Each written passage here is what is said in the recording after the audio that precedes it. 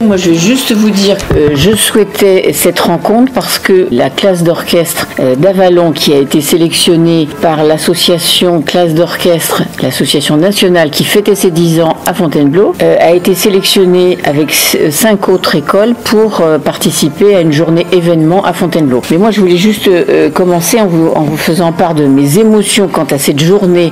Pour eux, 3 jours, parce qu'ils sont partis le jeudi, ils sont rentrés le dimanche. Mais le public était invité, les élus étaient invités le samedi. Et donc, nous étions conviés le samedi et j'ai vécu un moment absolument extraordinaire. J'étais extrêmement fière de voir que Avallon était à Fontainebleau pour cette manifestation. De ce que nous en avons vu, c'était absolument, les élèves étaient absolument formidables, de qualité, de dynamisme, de discipline, enfin, moi j'étais scotchée, quoi, je veux dire. Et comme j'étais extrêmement fière, je me suis dit, on peut pas laisser passer cet événement. Les gens d'Avallon ne sont pas au courant que les enfants de cette classe d'orchestre sont allés à Fontainebleau. C'est un événement extraordinaire. Il faut absolument en informer la presse. Mais je veux dire que les émotions de la journée, enfin, ou des journées, et l'expérience pour ces enfants qui, pour la plupart, ne sont pas trop sortis d'Avallon, peut-être, hein, peut-être, oui, certains, mais peut-être d'autres jamais, de vivre dans une collectivité, parce que coucher ensemble, manger ensemble, dans genre colonie de vacances un peu, bon, je pense que c'est pas forcément arrivé à tout le monde. Et puis la qualité de la production, le fait que Marc Copé qui est leur parrain, soit avec eux, c'est quand même un événement assez extraordinaire. Et pour le public qui a pu assister à ça, c'était tellement formidable que je me suis dit, il faut qu'il y ait un compte-rendu de cet événement dans la presse ou qu'on en parle sur la radio. Donc voilà, c'est pour ça que maintenant je laisse la parole au grand chef qui va vous donner tous les détails. Juste un petit retour sur le pourquoi du comment. Une classe d'orchestre à l'école, c'est une classe de l'éducation nationale qu'on décide de transformer en orchestre. Et pour nous, cette expérience se déroule avec l'école Victor Hugo. Et ce sont des projets, nous accompagnons les enfants sur 3 ans. Donc les enfants ont commencé l'an dernier, ils étaient au CE2, on va les accompagner jusqu'à la fin de leur CM2, donc ça veut dire qu'ils sont donc logiquement en CM1 cette année. Et donc les enfants ont un parcours sans venir au conservatoire, c'est les professeurs qui vont là-bas.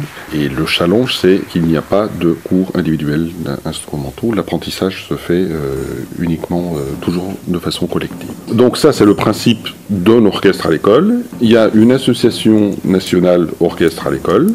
Mais aujourd'hui, c'est un système et un concept qui marche fort bien. 1000 orchestres en France, aujourd'hui. Nous avons eu la chance d'avoir le premier pour notre département. Maintenant, il n'est plus le seul. Et donc, ce dispositif orchestre à l'école est un peu régi par l'association nationale qui fêtait donc ses 10 ans et qui a décidé de fêter du 22 au 26 novembre dernier son 10e anniversaire au château de Fontainebleau. Et donc, il y a un an maintenant, il y a eu des sélections de fêtes, c'est-à-dire on pouvait candidater si on voulait essayer de représenter l'association. Et ils sélectionnaient donc 6 orchestres au niveau national.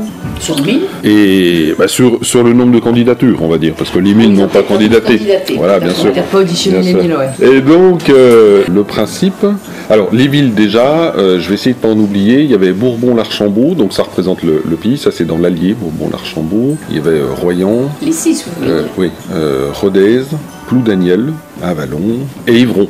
En Mayenne. Voilà les 6 orchestres qui ont été sélectionnés et donc le principe c'était d'offrir une des salles prestigieuses du château de Fontainebleau à chaque orchestre de manière à ce qu'ils puissent s'installer. Et en fait, la visite du château et donc des concerts se faisait sous forme d'un parcours pour le public, c'est-à-dire c'est le public qui se déplaçait, pas les enfants. Donc nous avions beaucoup de chance parce que nous étions placés dans la galerie des Serres, qui est déjà en plus une galerie qui se visite pas pour le public normalement. Tous les orchestres avaient un lieu prestigieux comme ça, et il y avait donc un parcours pour le public qui les emmenait. Le parcours durait, je sais pas, 1 heure et demie à peu près. Ça a duré 1h15 à peu près. Ouais. Et les gens visitaient le château en passant dans les galeries où il y avait les orchestres. On a candidaté il y a 1 an. On a eu la réponse au mois de mai. Ouais. Et donc après, on a eu le temps de se préparer. Ce que nous jouions était imposé puisque en fait, il avait été décidé que chaque orchestre, l'histoire du château de Fontainebleau est extrêmement riche et lointaine. Et en fait, chaque orchestre illustrait une époque du château, et notamment en lien également avec la salle où il se trouvait. Alors nous illustrions la période Louis XIV, et donc on jouait du Lully, qui était le grand musicien de Louis XIV. Et nous produisions, avec notre parrain, qui est donc, comme vous le savez maintenant, le violoncelliste Marc Coppet, qui est venu passer 3 jours avec nous. Marc Coppet a partagé ensuite sur Facebook, il a partagé donc une des photos et Marc a écrit au château de Fontainebleau avec mes chers amis d'Avallon et les merveilleux enfants de la classe orchestre à l'école que je parraine, la musique et la générosité font des miracles.